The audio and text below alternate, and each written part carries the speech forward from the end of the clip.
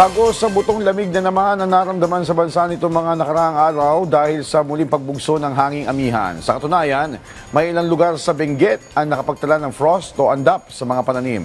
Nagbabalik si Floyd Brands.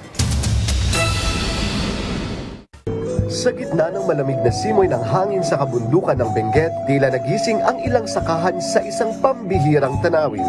Mga pananim na nababalot ng yelo at makapal na hamog.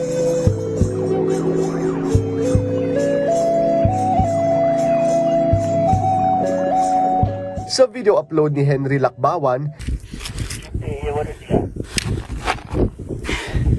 Andap.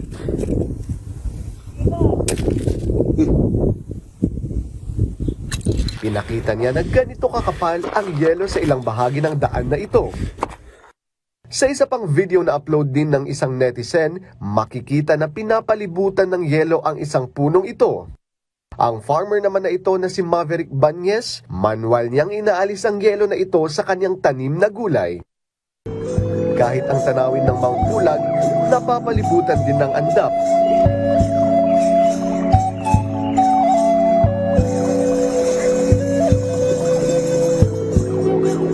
Ayon sa mga magsasaka, bagamat kaakit-akit sa mata ang ganitong tanawin, maaari itong magdulot ng pinsala sa mga pananim kung magtatagal ang lamig. Kapag naninigas ang hamog sa mga dahon, maaaring maapektuhan ang paglaki ng halaman at ang magiging ani sa mga susunod na linggo. Patuloy na nararanasan sa malaking bahagi ng Luzon ang mababang temperatura dahil sa northeast monsoon o amihan na nagdadala ng malamig at tuyong hangin mula sa hilagang bahagi ng Asya. Dahil dito, mas ramdam ang ginaw sa mga lugar na nasa matataas na kabundukan tulad ng Benguet, kung saan pangunahing pinagkukunan ng gulay ang maraming komunidad. Lloyd Brands para sa Pambansang TV sa Bagong Pilipinas.